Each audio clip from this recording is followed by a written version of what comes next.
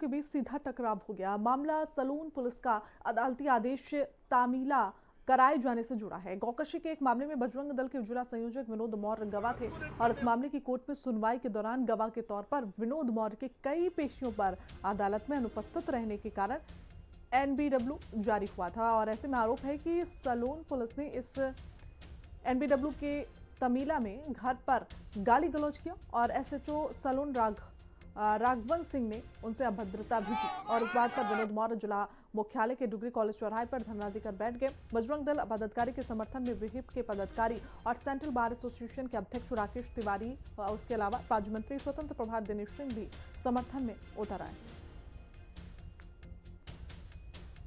विश्व हिंदू परिषद बजरंग दल ये हमारे विचार परिवार के अनुसांगिक संगठन है।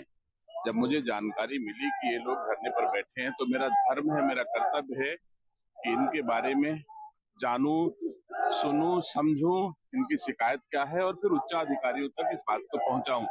इसी उद्देश्य से मैं यहाँ आया था। हमने विश्व हिंदू परिषद के लोगों की बात सुनी है, उच्च अधिकारियों तक बताएंगे, संतुष्ट करेंगे। गुस्सा है, वाजिब गुस्सा है। मेरी कोशिश होगी, मैं स्वस्थ भी हूँ, लेकिन फिर भी मैं लोगों की समस्या सुनने, लोगों की क्या समस्या, हमारी खुद की समस्या है। ये कल एक एनपीडब्ल्यू था मेरा, उसमें गौकशी में मैं गवाह था। मेरे पिताजी का भी देहांत हो गया, मैं नहीं आ पाया।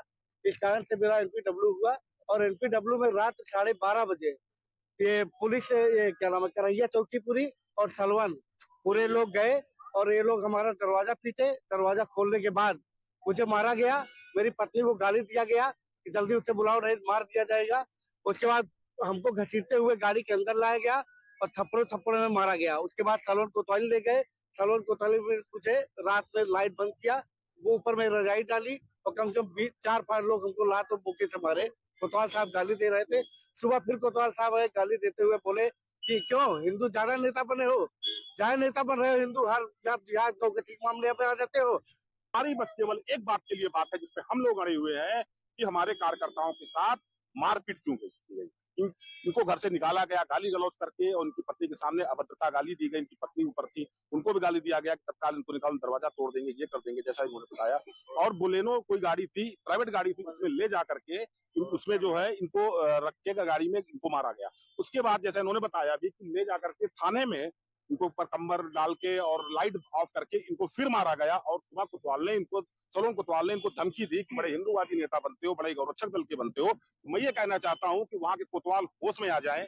अभी संगठन की क्षमता नहीं जानते हैं वो, और जो भी सनातन संस्कृति को मानने वाला है, नहीं मानने वाला है, हमारे धर्म को नहीं मानने वाला है, ठीक है, उसका विनाश संभव है। तो चलिए आगे बढ़ेंगे। बात लखनऊ